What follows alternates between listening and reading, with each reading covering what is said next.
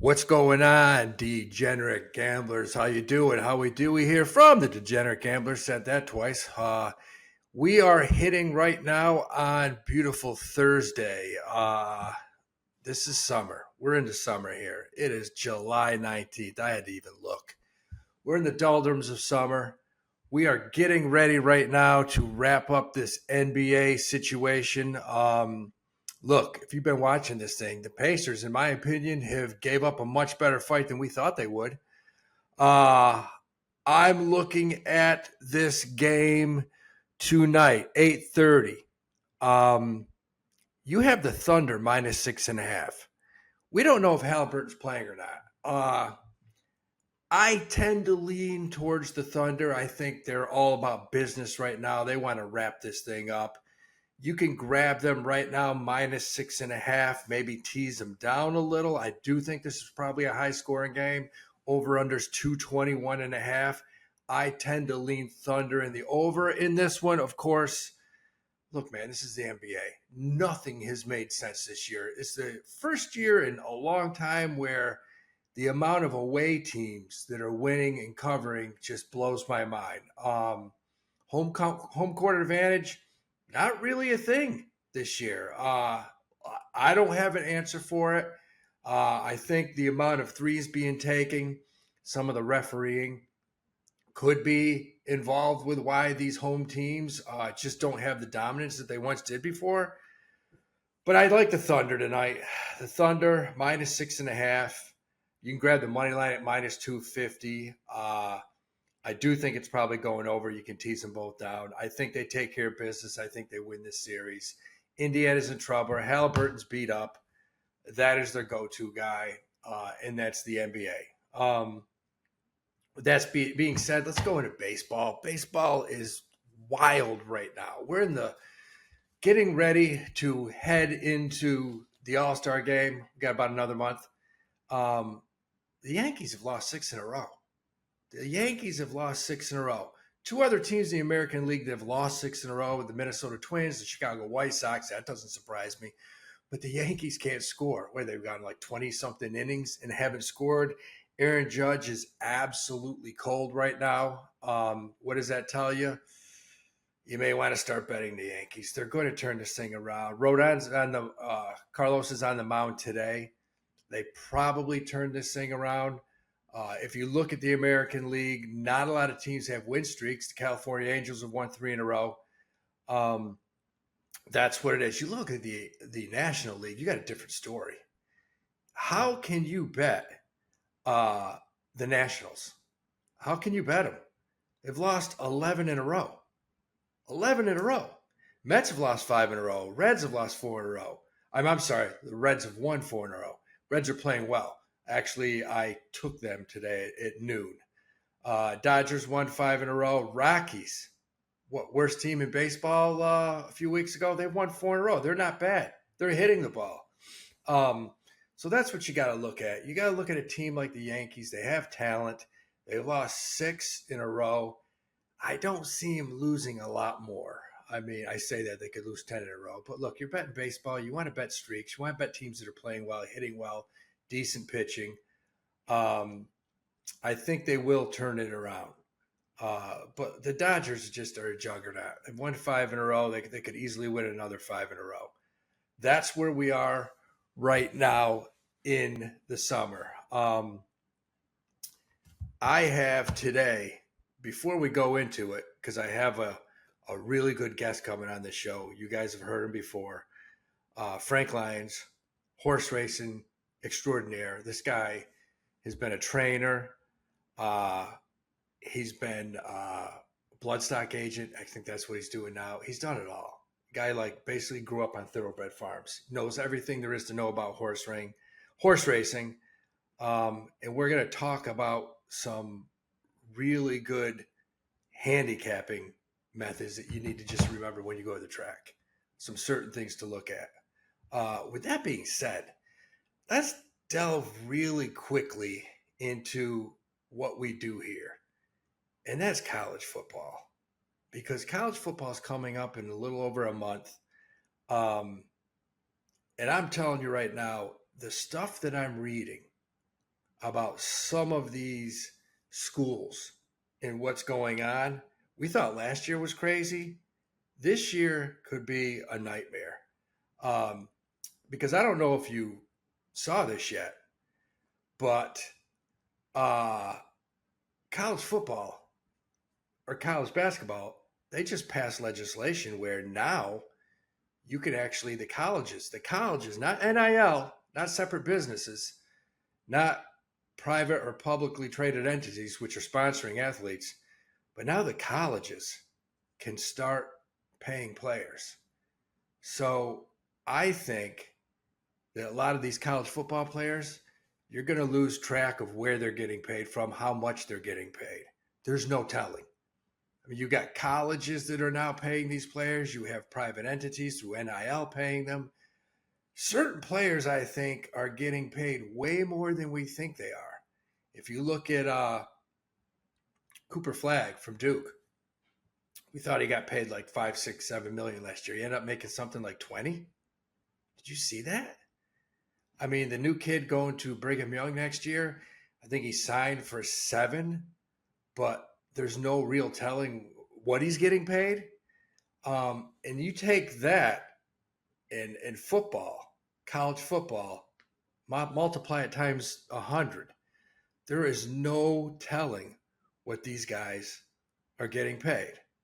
Um, we look right now going into the summer, and the big question is going to be North Carolina. That is, I mean, the ACC's been down. Am I right? I mean, Florida State hasn't been the team that they should be in that state with the talent. Miami, decent last year because of Cam Ward. But North Carolina is the team that everyone is like, Bill Belichick is bringing in some studs. We all know Gronk and Tom Brady and some of these guys made some phone calls. He has some studs coming in this year. You know, the big question is how badly will his girlfriend keep him down? I mean, so preseason, look, college football. Of course, you got Ohio State won. You know, I mean, how are they not? They deserve to be. Notre Dame too. You can't say no. I mean, pretty much the same defense coming back. The quarterback situation will be interesting, but that's a team to beat. Then you have Texas, Oregon, Penn State, Georgia, and I've heard some things. Georgia has a couple players that they didn't expect are coming in. That's going to be interesting because it's wild. It's the first year I've seen. If you look at the preseason, Texas SEC team, uh, fourth. Usually you have an SEC team 1 or 2. I don't see one this year. You got Texas 4, you got Georgia 6 or 7, Tennessee 9 or 10. Then you got your Mississippi's, Alabama 17. Not a lot of expectations in Alabama. That's a program that is slipping. Missouri 22. It's hard for me to think of them as an SEC team, but they are. But you have the Big Ten. You got Ohio State. You got Penn State. Those two. I'll tell you what's interesting, and this is something we got to watch. I don't see Michigan anywhere near there. I don't. I don't see Michigan there. And supposedly they wrote some checks. Supposedly they have some teams coming in. So that's what we have to do as far as handicapping college football. We have to make some calls. We have to find out who's coming in, who isn't, who's paying for what, and because it's all about payroll now. All about payroll. Syracuse is ranked 20th right now, right around 20th, 21, 22. I've heard that they have some studs coming in. They lost that quarterback, McCord, but I've heard that they have some really solid players coming in. Arizona State had a great year last year. Can they repeat? I don't know. Boise, same thing. Lost one of the best running backs we've ever seen in college football, in Ashton Genty. Team you got to watch here. Here's a team you got to watch. Got to watch Clemson. See how Clemson comes out of the pocket. Team that's ranked 10th, 11th, they could be solid. BYU's another one. There's no telling what some of these schools are doing, who's coming in. You have to look at some of these players because those days of freshmen coming in and just absolutely taking over, those days are over. You have transfers. You got kids in junior. You got 24, 25-year-old kids in junior college coming to some of these schools, just absolutely crushing the first 2 or 3 games. Will we see upsets again this year? Because if you listen to the experts, they're saying we're going to see less and less upsets every single year, especially in college hoops. Football, of course, we're always going to see it. Look, last year, and I keep talking about it, when we hit that 10-game parlay, we had Northern Illinois plus 28.5 on the money line going into Notre Dame and beating them. You have to look for just prime spots where teams can get upset. Notre Dame was primed to get upset early in the season, playing at home, weren't really up for the game. We knew Northern Illinois, basically a school used to be 1AA, but we knew they had some older guys. They had a tough offensive line. They had some 23, 24-year-old guys. And we knew they were primed to go in and upset them, and they did. We will see some of those games this year. There's no doubt. But, college football tips off August 23rd. Little more than a month and a half away. And right off the bat, there's some games. You got Iowa State playing at Kansas State, Fresno playing at Kansas. That is Saturday, August 23rd. Following Thursday, it gets crazy. That's going to be great because you got schools like Boise State going down to South Florida to play. Probably will be a favorite. Could get upset. You got Nebraska playing at Cincinnati. Miami of Ohio going to Wisconsin. These are teams we have to really look into and see how loaded they are. Then you got, that's not a Thursday, Friday. There's a ton of games Friday, August 29th. I mean, Army opens up at home against Tarleton State. This is a team, we had no idea who they were a few years ago. And now they're D1, tough in college hoops. They're getting good coaches. They're paying them. But look, college football is coming. We're going to be ready. We're going to have every bit of information that you need. That's why you got to tune in. Right now, let's go to horse racing, man. It's the summer. Let's go to horse racing. That's what we got to talk about. And I'm not going to talk about horse racing without my main man right here, Frank Lyons, because he is the godfather of horse racing. Frank, how you doing, man? Very good. How you doing, Howie? Good. All right. So, I'm talking a little bit about horse racing where the summer's starting to heat up a little bit. Very much so. I'm looking for a big meet at Saratoga. I didn't even realize this is the first time, I think, could be in history, that we have racing July 4th. Yes, I know. I didn't even, I knew about it obviously this year, but I was thinking, is this normal? But it's not normal. This is the first time. Is it the first or second time that they've had it? I think I don't remember them ever having it. I don't. Yes. That's going to be interesting, see, the meet has kind of been, it's 3 different kind of meets, isn't it? You've got the Belmont in Saratoga, which will be there next year as well. And then you got this little weekend, and then you got the big meet. I don't remember us ever having something like this. I don't either. And, but I'm delighted they have it. Now, let me ask you this. What do you think of this situation? Because I've talked to so many people, and they're like, why did they, after the Belmont, why did they ship horses back to New York? Why didn't they just stay up here? That's a question that you'd have to ask each trainer. Yeah. Because each trainer will have an excuse as to why they're doing it.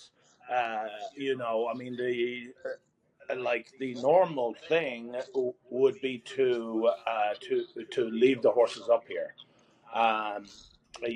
Maybe they've got other horses that are down wherever they train, and they have to be there, and they want the horses there. They want to be where the horses are. But I can't answer that really, Howie, because everyone will have a different excuse as to what they do and why they do it. Yeah, it just made. I mean, if you're gonna have Saratoga open as early as July 4th, it would have made sense just to leave him here. I could see if they weren't going to open it up until the third week of July.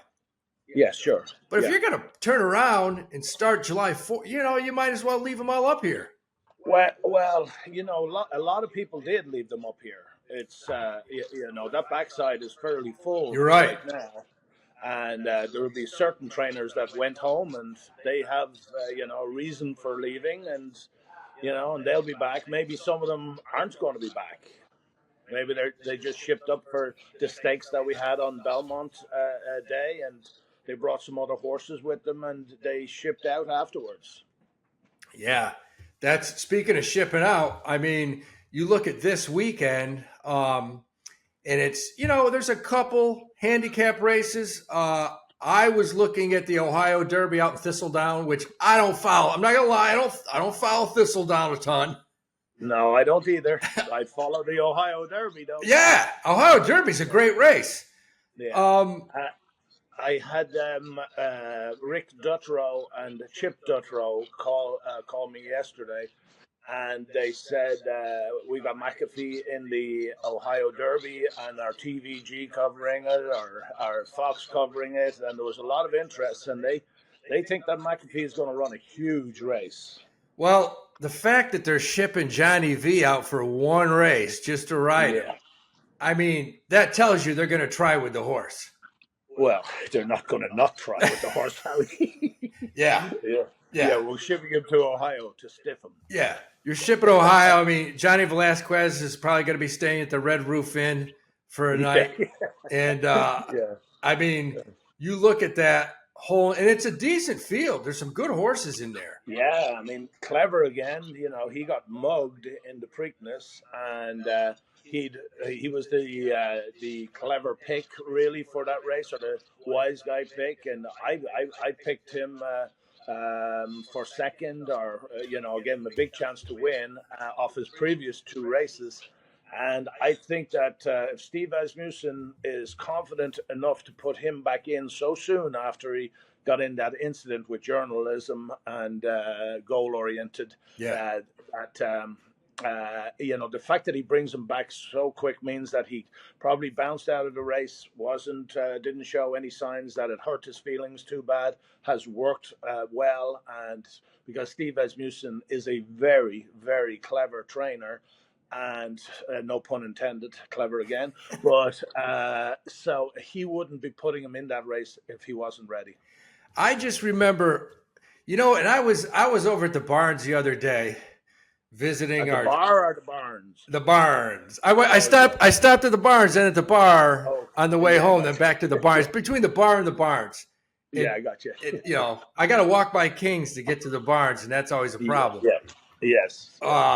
But I was over there the other day, and we were sitting around just talking about, and I always thought the Asmussens were from Louisiana, but Texas. Jen said, no, they're from Texas.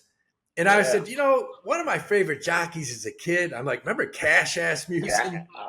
Cash was the great. I like that. That guy was great.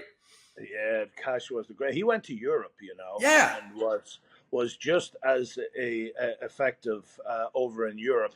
Him alongside of Gary Stevens and Steve Cawthon, they all had a good stint in Europe and made America look fantastic, made themselves look great, and they could flat out horseback. Yeah, it's like, speaking of that, the other day, I'm right outside here for like an hour talking to your buddy. He loves you. It's Doug Cawthon. Doug, yeah. And I'm hanging out, and you're the one that woke me up. I didn't put two and two together. That was Steve's brother.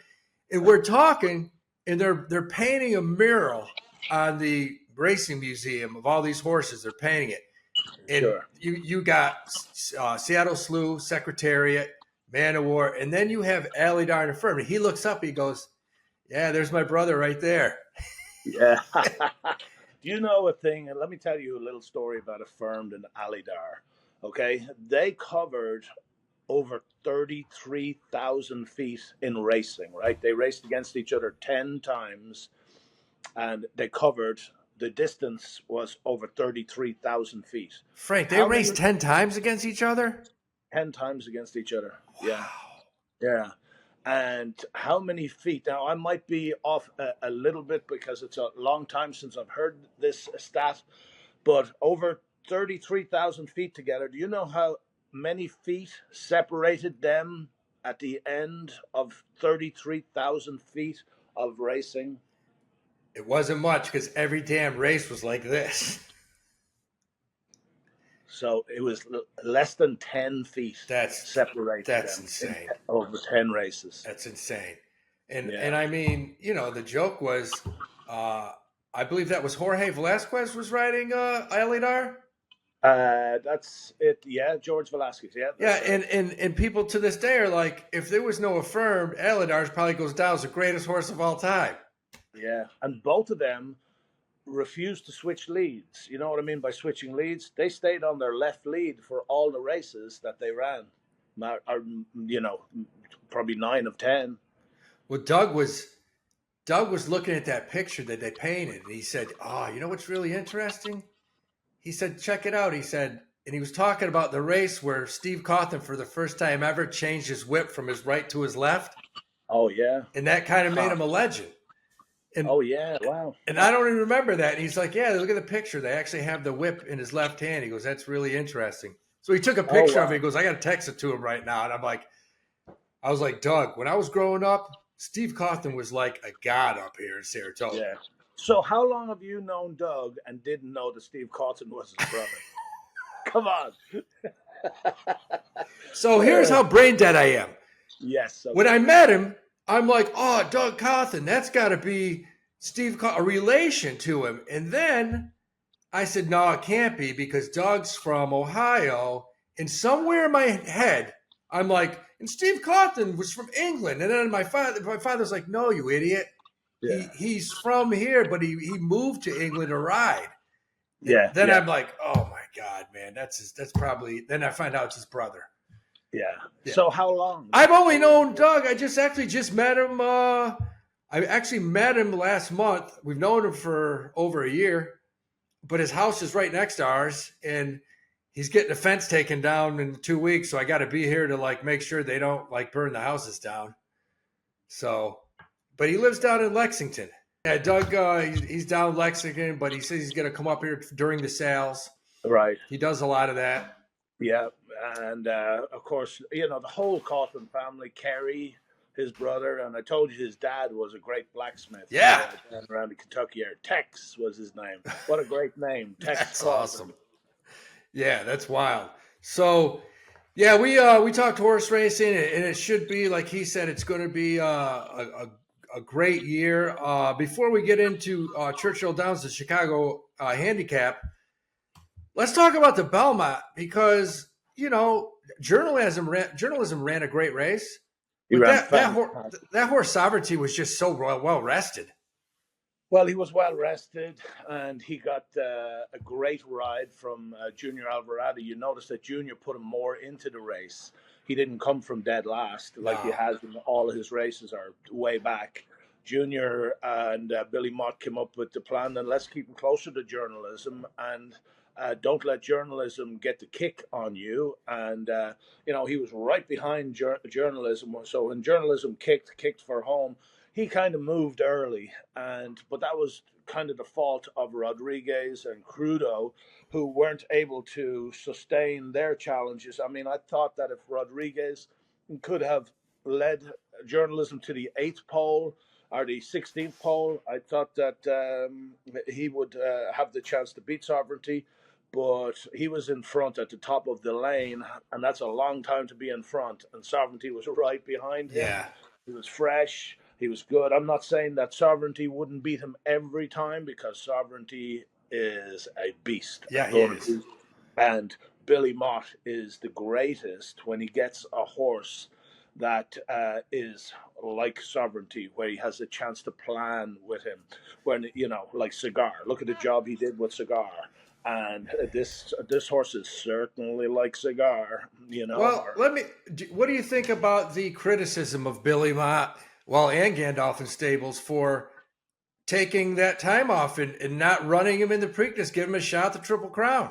There's there's so many different variables in not running them in the Preakness, but I know that after watching him win the Belmont and win it easily, you got to think that he could have handled the Preakness. But I mean, like, you don't know whether it might have taken a bit out of such a big horse. Like Billy Moss had a plan with the horse, and they stuck by the plan, and it had worked out. So you can't criticize the job he's done with Sovereignty. The only thing you can criticize is you might call him a little bit of a chicken for not competing in the Preakness. Yeah. But, he doesn't mind if you're saying, why didn't you run in the Preakness, sir? No, Because he's got the horse. he collected a nice check on that race. He did, absolutely. Yeah. I got my feelings hurt because for the first half mile of that race, I'm like, I think Rodriguez is going to hold on. No. It had no chance. That horse Yeah, just started going backwards. yeah. I mean, like he ran even better than I thought he would. He finished fourth, and only got beat like, I guess, 8 or 9 lengths. And he's a good horse who'll win plenty of races, and he's got the right team behind him, Bob Baffert and Mike Smith. They'll make the right decision now. They'll be able to take their time and point him towards races. The Belmont is on like June 8th at 6 o'clock. You got to have your horse ready. Yeah. Now you got a chance to say, okay, well, let's sit back now and let's pick a few spots. Let's wait to see when Mackenzie tells us he's ready to run, and we'll pick a spot.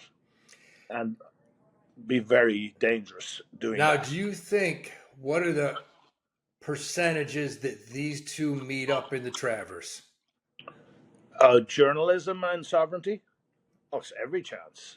I mean, Sovereignty's barn is a couple 100 yards away from the track, so yeah. Well, Sovereignty will be aiming for the Travers. Journalism will be aiming for the Travers. I mean, I'm not sure if they will be eager to take Sovereignty on again. I mean, there's many they will be eager to take Sovereignty on again, and whether it's in the Travers or the Breeders' Cup Classic, because that's part of training horses is, first of all, not overrunning them, and not putting them in situations that they're not going to come out of and go forward and excel. And so Mike McCarthy will be thinking, well, running against journalism again. First of all, I think that he might think, okay, so we need to avoid Sovereignty till Del Mar this year.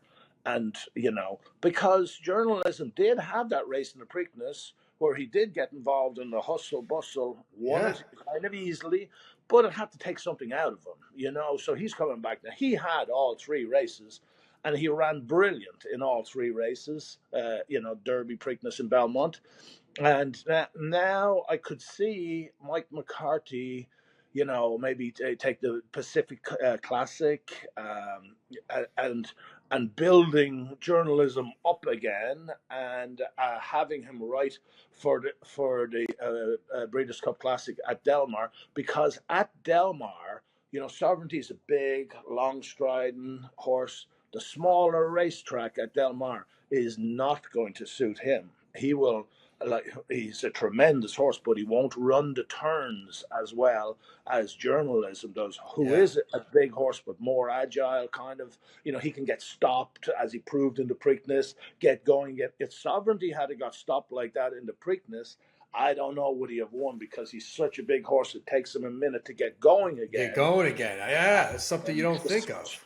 So the Del Mar will be a full field. The Breeders' Cup Classic will be a tough, very tough field this year.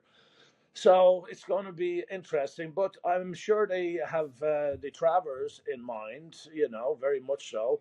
And who knows? Because these horses are like strawberries; they spoil overnight, you Yeah. know. And And there's always going to be a 3-year-old that we don't see that's going to run into Haskell well, yeah, absolutely. that we don't see coming, run into Haskell, and all of a sudden, probably get in There, good form. well, there will be a horse that jumps up 3-year-old, because these 3-year-olds are changing all of the time. They're maturing. Maybe some of them have run their races and they're not going to be the same. Yeah. Some of them will go, move forward. And you're right, 100% right. There will be one or two that, like Clever again. He could, after he's not done in any way, as you see by him entered in the Ohio Derby on Saturday. Yeah, I couldn't believe that. I looked at that Ohio Derby, and I mean, you got Ortiz, you got Mike Smith has him out. I mean, that's Yeah, a good race. it's a good race, very good race, and Um, and tomorrow at Churchill, that Chicago handicap, that's a yeah, solid. yeah. Don't I miss out on Friday, Howie. Oh, It's Saturday. that's right. Yeah, Tomorrow is so, Friday. Today's yeah, Thursday. yeah, I'm shot. I get up here in Saratoga, man, and yeah. I spend too much time over in the barn You live, visiting yeah, our horse Hoosick Falls, man, who's going to run probably the third or fourth week of Saratoga in the maiden special weight. yeah. And I won't Very sleep good. it. I That's won't sleep that exciting. week. Yeah, yeah, Yeah, I'm that's pumped. exciting. The horse is working well. Did 4 furlongs and 48.3 the other day. He jogged.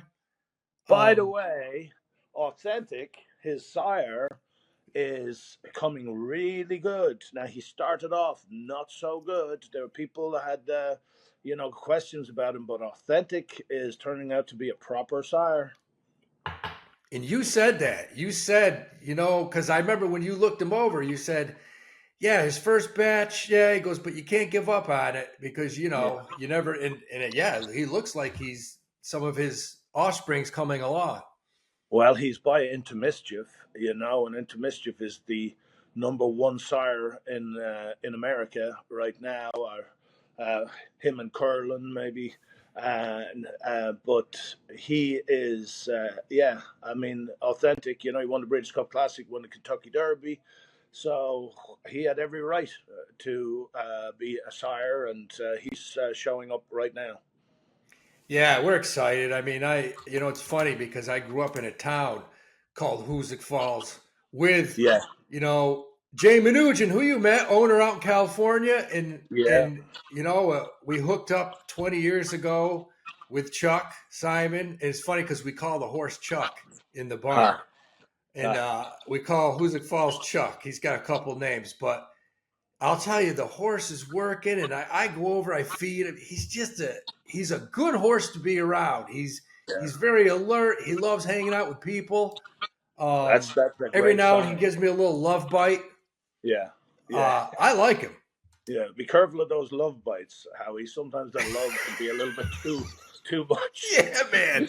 Yeah, He I'll grabbed never on the other forget. day. I was like, Chuck, Uh, easy. I brought Save it for the race, but I ran a horse called Castledale.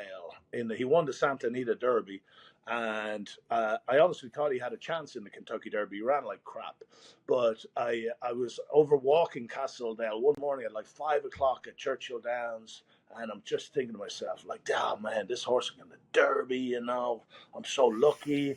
And I stopped, and he stopped, and he was just looking far off in the distance. And I'm like, this is so cool. I said, what are you looking at? And he just went, oof, bit me right. Oh, right on the, oh my God. Oh, the they pain of do it. that, man. Oh I yeah. was the other day. I had the horse like this, and I'm rubbing him. I fed him a bunch of carrots and sweet potato, and I'm rubbing him. And I went to take a selfie with him, and he just went. He Yeah, take a just bit photo me of and that. pulled me back, kind of like he was like, "You're not paying attention to me, man. You're looking away." Yeah. Rub my head. I'll sit there and rub his head, and he like almost falls asleep. Yeah. And if I stop, he just grabs me. But yeah, these Like a horses are like great, a and woman. we have high. I just hope I just hope he stays healthy, runs fast, and that's all you can ask for. Well, that'll help if he runs fast Yeah. and stays healthy. He's a 2 year old, man. He's a Yeah. baby. But I want to finish the show off, Frank, in just telling these people, telling the listeners, the guys that follow Degenerate Gamblers, and if you like us, go to whop.com. Follow, it's 20, I think it's like $25 a month. I don't even know. But we do all sports. Yeah. And I want to, follow how we do on YouTube, hit the like button. But I want to get into what to do. Like when these guys go to the track and they're handicapping, there's so many different variables to look at when you're handicapping a horse. You know this better than I. I've been doing it since I was a little kid, sometimes with great success, most times without. Mm-hmm. But, what do you look for when you're looking over an 8 horse field and you're going down? What are your top 3 things you look at when you handicap a horse?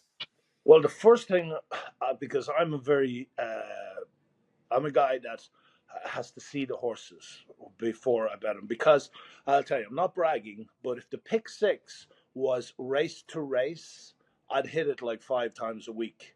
Because I'll single a If you could see horse them all. if I could see them before. You know, the first thing I look at is a horse's eye. That's it tells you so much if of how calm and how confident. And I'm not saying I'm right all the time, but I look for a horse who shows composure, who shows class, who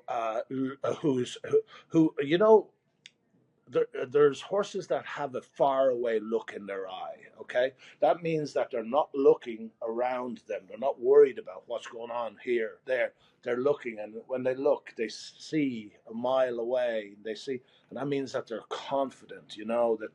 That the people that work around them have done a very good job of producing them for that race, because a lot of times horses are the most overtrained thing. They say that, and I'm going to be a little bit critical here.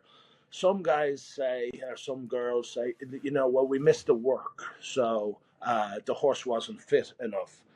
Okay, so let me tell you how a horse is born. Okay, when they're born, the mare is in the stall for like 5 days. So then the next day or the day after that, after they're 2 days old, they turn them out into a paddock, and they turn the mare.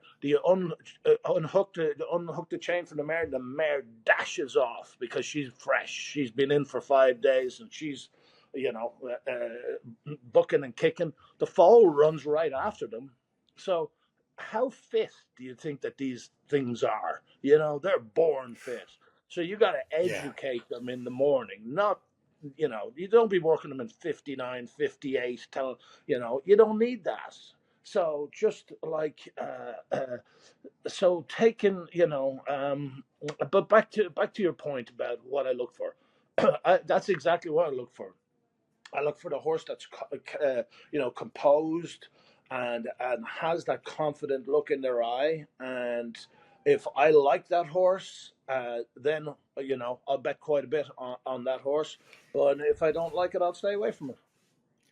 That's funny you say that because I know a guy and he's like a equine equine psychologist, if there is one. The guy went to school for it or something. And I asked him, I said, what do you look for? And he goes, when I see them all come out, I look at his ears. Ears are, if he's alert, Yeah, he goes, horses run in packs. He yeah, goes, and they're herd animals. I look for the leader. I look for the one guy that could be the leader of that's what he said. And I'm like, Yeah, I look at his works. I look at his blood stock. I mean, I'm like every other Joe out there handicapping. yeah, What jockeys ride him, trainer jockey combos. yeah. But you're right. A lot of times that doesn't mean shit. No, it doesn't. No, I mean it does because if you got Irad Ortiz on a horse for Chad Brown, they're Yeah. probably doing good. Like Uh, Yeah. but Yeah. even guys bring horses. Even myself, whatever, we bring horses over to the paddock, and they come over looking royal and regal. And then when they get to the paddock, see the crowd, see the other horses, they come unglued. And so it's like, and that's not to say they won't win, but it's probably more likely if a horse. I think the amateur person, when I go to the racetrack, they see a horse who's getting all anxious and nervous, and they say, "Oh, he's ready. Look at this horse is ready." When they see the other horse coming out that's walking calmly and coolly, they're like, "He doesn't look like he's ready to run," And that comes the opposite way when the gates open most of the time. And one of the things that I knew a guy that did this. I knew a guy that was a pretty good handicapper. He made money at the track. He never bought a program. He never looked at anything. This is what he did. And I match this to the stock market because a lot of times in the stock market, when I look at a stock and I see major institutions buying that stock, Yeah, putting hundreds of thousands, buying big blocks of a certain stock, I'm like, these guys know something. They know there's going to be layoffs. They came out with a new product. Something's going to pump that stock up. sure. And I had a friend, and he would sit there at the old tote board towards the back of the top of the stretch, and he would look at the tote board. He would sit there 10 feet away from a window that he knew he could get to. And Frank, he would sit there and wait. And if a horse went from 5-1 to say 7-2 right at post time, he would sprint up and bet that horse that got bet down at the last second. That's Yeah, how we would do it because he said someone knows something. The sure. owners, somebody just put a shitload of money on that horse, and that's how he bet. And Yeah. it So works sometimes. it works sometimes. Yeah, I knew a guy in California who'd won the lottery, and he used to only bet $1,000 box exacta, number one and number two, every race. All right. uh, Now you're getting into like, yeah, last night I saw a shooting star, so I'm gonna bet, yeah, yeah, Stars Boy, the 7 yeah, horse. yeah, Yeah, and that sometimes I'm works. not right in the I don't have my tinfoil hat on yet for that one. But no, you make a good point as far as looking at a horse because I never, until I started hanging out at the Oklahoma track and going out and watching this horse work and seeing other horses. I I went over there 2 weeks ago and Chad Brown had two horses dump their riders within 30 seconds of each other. These young horses are wild, man. Yeah, no, This horse started bucking. I thought it was a rodeo. This young female jockey or rider just went flying. uh, Um, and uh, and I will say you can this: get hurt. the horse we had was right in the middle of it, and he kind of just looked and just walked away, and I was like, Yeah. because like Jen Paragala was saying, she said a lot of times, if a horse sees that, they get spooked. Oh yeah, and then there's probably 60 horses out there on the Oklahoma, all coming each way at you, and your horse gets Oh, loose. It's that's why they have that big siren when a horse gets loose. What you're supposed to do is pull your horse yeah. up and walk. Oh, I think Frank froze again there. Well, that's all right, man. We're gonna wrap this up. That was a hell of a pod, and you guys, hopefully, you listened. Well, there you have it, man. It was a kick-ass podcast. Frank, you're awesome as always, and it's gonna be a wild summer. We're gonna have a ton of these because we have so many good races coming up. And actually, the next pod we're gonna get Frank talking about soccer, or as the Europeans call football. I don't know, but it's huge. And we're right in the mix of it. And soccer's becoming huge. It's big betting in the United States. So that's exactly what we will get into. But for you degenerate gamblers out there, peace. Till next time.